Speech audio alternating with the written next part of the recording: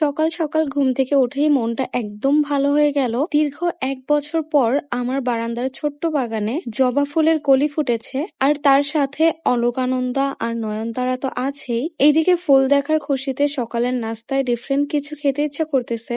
ভাবলাম soupy noodles বানিয়ে নেই। হ্যালো এভরিওয়ান, আসসালামু আলাইকুম। নুডলসের স্যুপ তৈরি করার জন্য আমি একটা প্যানের মধ্যে তেল দিয়ে দিলাম, আর এর মধ্যে আগে থেকে কেটে রাখা গাজর, পেঁয়াজ এবং কাঁচামরিচ দিয়ে দিলাম। এখন এগুলোকে একটু ভালোভাবে ভেজে নিব।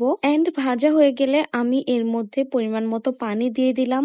এরপর টমেটো সস আর স্বাদ মতো লবণ দিয়ে দিলাম। পানিটা যখন ফুটতে শুরু করেছে তখন আমি এর মধ্যে নুডলসটা দিয়ে দিলাম।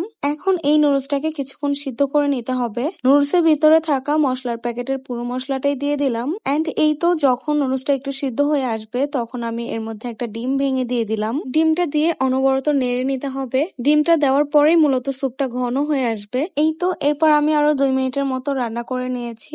আমার স্যুপ রান্না অলমোস্ট কমপ্লিট। এরপর আমি একটা কাপের মধ্যে স্যুপটা তুলে নিলাম, আর স্যুপ নিয়েই সোজা চলে এসেছি বারান্দায়। মিষ্টি একটা সকালে আমার পছন্দের গাছগুলোর সাথে পছন্দের একটা খাবার, কম্বিনেশনটা কিন্তু বেশ দারুণ, তাই না? আর এই জবা ফুলের কলিটা দেখে তো আমার ভীষণ ভালো লাগতেছে। 1 বছর আগে আমার হাজবেন্ড আমাকে এই জবা ফুলের গাছটা এনে দিয়েছিল, বাট এখন অব্দি এটাতে কোনো ফুলই ফোটেনি। এই প্রথম আমার বারান্দায় জবা ফুল ফুটবে, ভাবতেই ভীষণ ভালো লাগতেছে। তোমরা কে কে আমার মতো ফুল প্রেমী অবশ্যই কমেন্ট করে জানাবা। আজকের মতো ভিডিওটি এখানেই শেষ করছি। ভিডিওটি ভালো লাগলে অবশ্যই লাইক, কমেন্ট এন্ড শেয়ার করবেন। দেখা হবে নতুন কোনো ভিডিওতে। সেই পর্যন্ত সবাই ভালো থাকবেন। আল্লাহ হাফেজ।